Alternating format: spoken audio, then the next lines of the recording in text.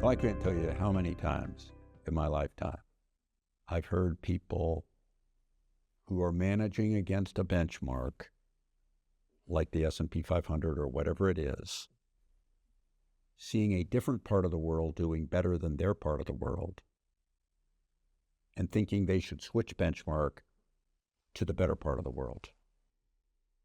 Now, I'm just going to tell you I don't think that's the right way to think about it. If you went back to the year 2000, we'd had a long period where tech had done better than the S&P 500, and a lot of people said, gee, my benchmark should be the Nasdaq now. And in retrospect, obviously, that was stupid. But at the time, they didn't think it was. Now, because after all, as they said at the time, and if you're, old enough, you remember very well people saying, it's the internet, stupid. The fact is now you have a lot of people, because the U.S. has done better than non-U.S., that have said things like the world is a benchmark you shouldn't have because the S&P 500 does better. Again, I think that's the wrong way to think about it. Let me help you dissect that a little bit so you can see a better way to think about it. The S&P 500, like any other index, has its own makeup based on what's in America. In the non-U.S. world, has its own sectoral makeup based on what's in the non-U.S. world. The right way to think about it is, did the categories that are not overweight compared to the world do better or worse than comparable categories outside of America? I'm using the S&P 500 versus the world example now. If you look at the major difference between the S&P 500 and the non-U.S. world, it is overwhelmingly tech and tech-like stocks, which tech basically, to a rounding error, comes from America. Doesn't come from other places. Other countries have a little bit of tech or none. There's no other, Taiwan for its size has a lot of tech. But if you actually look at the world as a whole, tech is America. Is tech going to do better in the next 5 years than non-tech? Well, that's a speculation. If it is, because tech is a huge part of the S&P 500, basically at almost 30%, then, yeah, the S&P 500 is going to do better. But the real question is not that.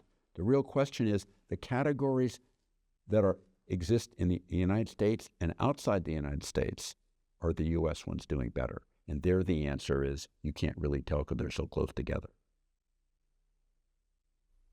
But by having both, you have more diversity to choose from. You have more options. If you think of categories like materials companies, if you think of categories like energy, if you think of categories like banking, which is a ubiquitous, not ubiquitous, but almost ubiquitous global feature, you say, do the U.S. ones do better or worse? And the answer is some of them do a little better, some of them do a little worse, but outside of tech and tech-like, which would include things like the telecommunication services stocks, mostly they're the same. So the benchmark against the world leads you back to the conclusion of where do I want to overweight and where do I want to underweight? But if I think of the global benchmark, I get a much bigger menu to choose from. And that's the reason why it makes more sense to think globally. Fundamentally, the global concept of a benchmark starts from the concept, which people used to say a lot of, they don't say so much anymore, which is think global first. And that comes down to things like, does American utilities do better than non-American utilities? Do American chemical companies do better than non-American chemical companies? When you get away from tech, you find out that it's all pretty similar. And the difference between the S&P 500 and non-U.S. world is basically driven by tech and tech-like stocks. So think through, again, my original point about the year 2000 and so-called tech bubble. And a lot of people telling you now that tech is ahead of its skis, is it? Well, I don't want to go there. But if it is, and tech underperforms because of its big weight, you shift it to an S&P 500 benchmark, you're going to get killed. It's real simple. If tech does terribly, if tech and tech-like does terribly in the next 5 years, the S&P 500 is going to lag big time. Your goal is not to chase heat. Your goal is to think about, how do I do well, and find a broad menu to do it by. And when you do that, you say to yourself, you want to weight against the world. The world has tech in it. And then you have to make decisions. Do you underweight or do you overweight? Every one of these categories. And if you're right, you win. And if you're wrong, you lose. And that's just the way the whole thing works. But when you move away from tech and tech-like, U.S. stocks do not perform very differently in recent years than non-U.S. stocks. So therefore, you find yourself into this conundrum. Thank you for listening to me. I hope you found this educational and somewhat enjoyable. Appreciate it. Take care.